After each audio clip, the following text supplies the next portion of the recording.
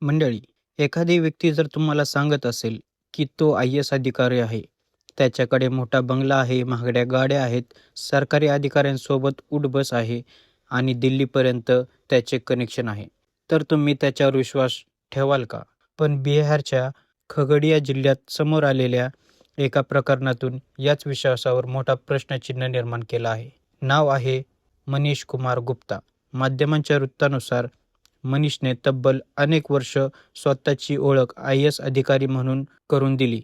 एवढंच नाही, तर कधी तो केंद्रीय सतर्कता आयोगाशी संबंधित अधिकारी असल्याचा दावा करत असे, तर कधी देशातील राष्ट्रीय सुरक्षा व्यवस्थेतील मोठ्या व्यक्तीच्या नावाचा वापर करत असल्याचं सांगितलं जात आहे.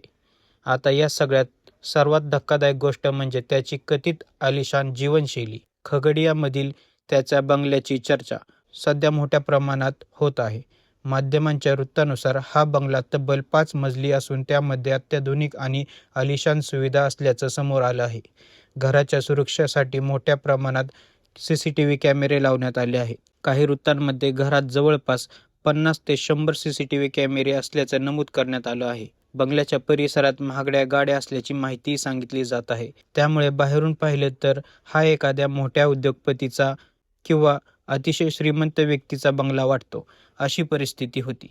पण पोलिसांच्या तपासानंतर प्रश्न निर्माण झाला तो असा, हा व्यक्ती खरंच IAS अधिकारी होता का? आणि तपासात त्याच्या IAS असल्याच्या दाव्यावरच प्रश्नचिन्ह निर्माण झाला.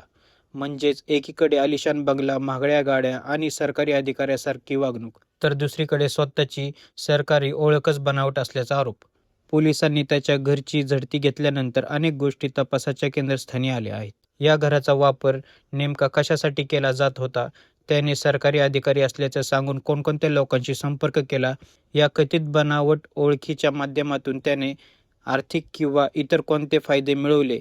आणि सर्वात मोठा प्रश्न, जर एखादी व्यक्ती इतकी वर्ष IAS अधिकारी असल्याचा दावा करत असेल, तर त्याची खरी ओळख इतक्या उशिरा कशी समोर आली? सध्या पोलिसांचा तपास या सगळ्या प्रश्नांची उत्तरं शोधत आहे.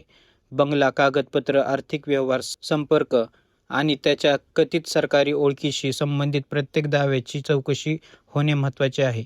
कारण ही फक्त एका बनावट अधिकाऱ्याची गोष्ट नाही. ही गोष्ट आहे ओळख, पैसा, प्रभाव आणि लोकांच्या विश्वासाचा गैरवापर किती मोठ्या पातळीवर केला जाऊ शकतो याची.